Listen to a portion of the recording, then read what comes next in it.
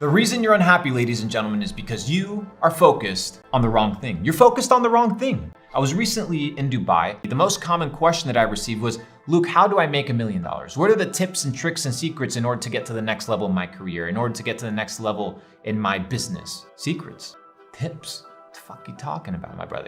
Tips, secrets to success? You're focused on the wrong thing. You're focused on the $1 million. No wonder you're unhappy. You're focused on that which you cannot control. No wonder you can't achieve anything. You're focused on the wrong thing. Now, there's a verse in the Bible that says, do not be fooled. God cannot be mocked. As a man sows, so shall he also reap. Now, what does this mean? This means that for everything that you input, you will output in equal proportion. How foolish would it be for a farmer to look at the soil, stare at the soil 24/7, curse at the soil, be upset and depressed, expecting fruit when he has planted nothing, when he has not carefully watered and supervised the growth of his labor?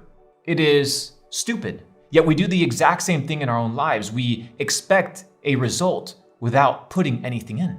We expect an output that we cannot control, yet that which we can control, which is the input, we do not focus on. My friend, if you want to get to the next level in your career, let me tell you one thing. You must not be focused on the next level of your career. You must be focused on the input, that which you can control. So let me ask you, what can you control today? Well, you can control when you show up. You can control how much you work. You can control the quality of your labor.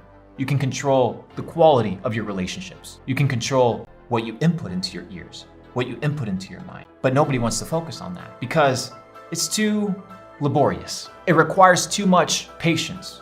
My friend, patience is bitter, but its fruit is sweet. So the reason you are unhappy is because you want something that you have not worked. You want something that you have not earned. And that which you earn will come to you in due time and in due process. But you must be focused on putting in the hours, the energy, the attention, the dedication in order to receive that which you want. You look at the podium and you look at these champions receive trophies and medals, and you assume that they just landed there. You just assume that they just achieved greatness by chance, by luck. There is no such thing as luck, only probabilities. So as you increase your input, you increase your probabilities. So my friend, my question to you today is, what are you inputting into your life? Because where you are today is completely based on the input of your life. Period. There is no debating on this thought. It's very simple. Isaac Newton said it. For every action, there's an equal and opposite reaction. So that which you input, you will receive in equal proportion. It's very straightforward. It is a universal law, and these universal laws are unflexible. They are unbendable. You cannot get past them. The process is the prize. The pursuit of becoming is the prize. Once you achieve that which you wanted to achieve, you will look back at the process and realize that who you became in that season was a lot better than what you achieved. Because we're so easy to desire what others have. We're so easy to daydream as to what we want and what we deserve.